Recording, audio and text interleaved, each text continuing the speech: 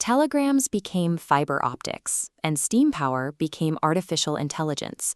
Yet, amidst this acceleration, the classroom layout has remained static.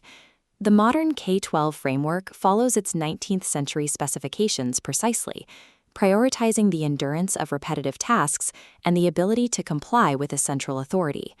This timeline illustrates a widening gap. The top curve tracks the exponential rise of technology since 1800, while this lower line represents a pedagogical structure that has failed to keep pace. Minor curriculum patches, like digitizing textbooks or introducing standardized testing, do not change the underlying trajectory. Theorist Jadra Dawn outlines a different approach in her neo-statist policy proposals. Dawn argues that patching an industrial-era model is no longer viable. Her framework demands we rebuild the educational environment to produce a demographic capable of navigating a world of constant, high-speed change. Implementing this model requires a complete standardization of the state's educational infrastructure. This involves the elimination of private schools, religious boards, and gifted programs, merging them into a single, state-run standard.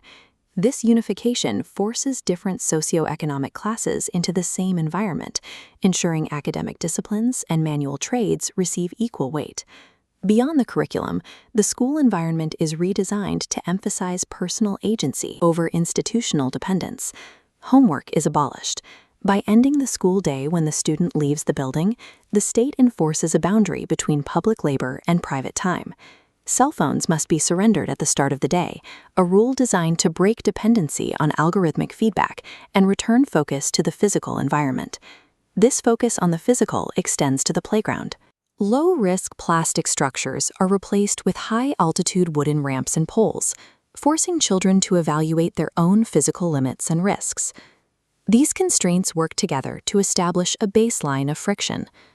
By requiring students to navigate physical risk and manage their attention, the school environment builds the autonomy that 19th century models were designed to suppress.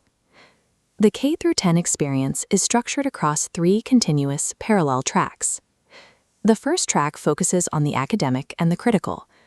Rote memorization is discarded for applied sciences and intensive media literacy. The second track is practical, ensuring every student attains material capability by putting industrial tools and financial reality directly into their hands. The final lane handles wellness, providing an age-appropriate evolution of mental and physical health protocols. By grade 9, the academic track focuses on logical induction. Students are trained to identify contradictory statements and parse AI-generated disinformation in real time. In grade 10, the practical track requires every student to demonstrate they can budget a household, calculate interest rates, and safely reset an electrical breaker. This ensures that no citizen enters the world without a baseline of physical self-sufficiency. Simultaneously, the wellness track moves from basic bodily autonomy into the complexities of power dynamics and consent in interpersonal relationships. It concludes with mental health articulation, giving students the vocabulary to identify and communicate their psychological needs to a professional. These 3 lanes work together to provide a cohesive operating system for adulthood, replacing disjointed subjects with integrated capability. To motivate this new curriculum, the system adopts a structural inversion of how students are graded. Current percentile grading systems rely on a subtractive logic. Students theoretically begin at 100%. Every mistake on an exam or missed assignment is a deduction, a penalty that drags their score down from a perfect baseline. Dawn proposes an alternative, additive assessment. Under this model, every student begins the semester with 0 points out of a possible 100. Points are earned through clear metrics, like perfect attendance, essays, and exams. You don't lose points, you accumulate them. This shifts the student's focus. Instead of working to minimize loss, students adopt a mindset of active acquisition, building a score rather than defending an unearned one. This additive framework turns the classroom into a system of resource gathering, prioritizing the continuous accumulation of value. This foundational work is completed by grade 10. In the final 2 years of high school, the rigid tracks end, allowing for total specialization. Students who have secured their baseline survival, trade, and media literacy skills are now free to use their time on a highly elective schedule.